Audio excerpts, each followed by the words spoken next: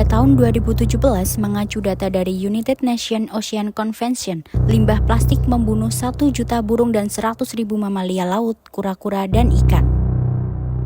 Melihat dari portal berita Ewarta Geospasial tahun 2020 menyebutkan setiap 30 detik satu orang meninggal akibat polusi plastik dan sampah yang tidak tertampung.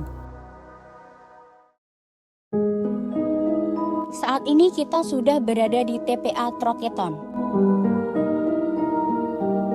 TPA Troketon merupakan TPA yang berada di salah satu kabupaten Klaten. TPA ini dengan luas 75 hektar setidaknya sudah menampung 95 ton per Juli 2023. Menilik dari portal resmi Prof Jateng, TPA ini sudah menggunakan landfill ketiga dalam hal penampungan sampah yang diprediksi akan penuh pada 3 tahun ke depan. Kabid Pengelolaan Sampah dan Limbah DLH Klaten, Himawan Pamungkas, menyatakan umur tempat pembuangan sampah Troketon dapat diperpanjang melalui upaya pengurangan volume sampah yang masuk. Salah satu caranya dengan melalui mekanisme 3R, Reuse, Reduce, and Recycle. Dengan penerapan strategi ini, sampah yang masuk ke TPA Troketon akan terbatas pada residu yang tidak dapat diolah secara mandiri oleh masyarakat. Untuk langkah alternatif juga harus ditempuh guna mengatasi permasalahan yang terjadi.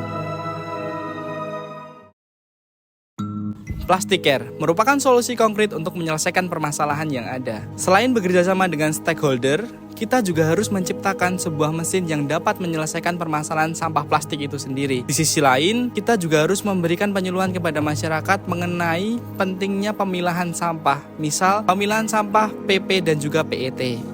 Pada pengolahan sampah plastik, terdapat 2 bagian penting yang harus dilakukan. Yang pertama adalah sesi pemilahan dan yang kedua adalah sesi pencacahan plastik. Sampah yang telah dipilah selanjutnya akan memasuki proses pencucian. Di dalam proses pencucian ini, sampah harus benar-benar dipastikan bersih dari partikel debu dan juga kotoran. Urutan dari proses pengolahan sampah dimulai dari pemilahan, dilanjutkan dengan proses pencucian untuk menghilangkan debu dan juga kotoran, dan selanjutnya adalah proses pencacahan. Pada proses pencacahan ini dilakukan untuk mempermudah dalam proses homogenitas sampah tersebut. Setelah itu, proses akan dicetak menggunakan mesin seed press. Cara kerja mesin seed press ini adalah menggunakan elemen pemanas yang dapat menghasilkan suhu 170 derajat Celcius dan dengan tekanan 20 megapascal. Setelah plastik meleleh dengan sempurna, mesin akan didiamkan selama 30 menit. Setelah benda jadi, akan dilakukan proses finishing untuk mendapatkan kerataan yang diinginkan.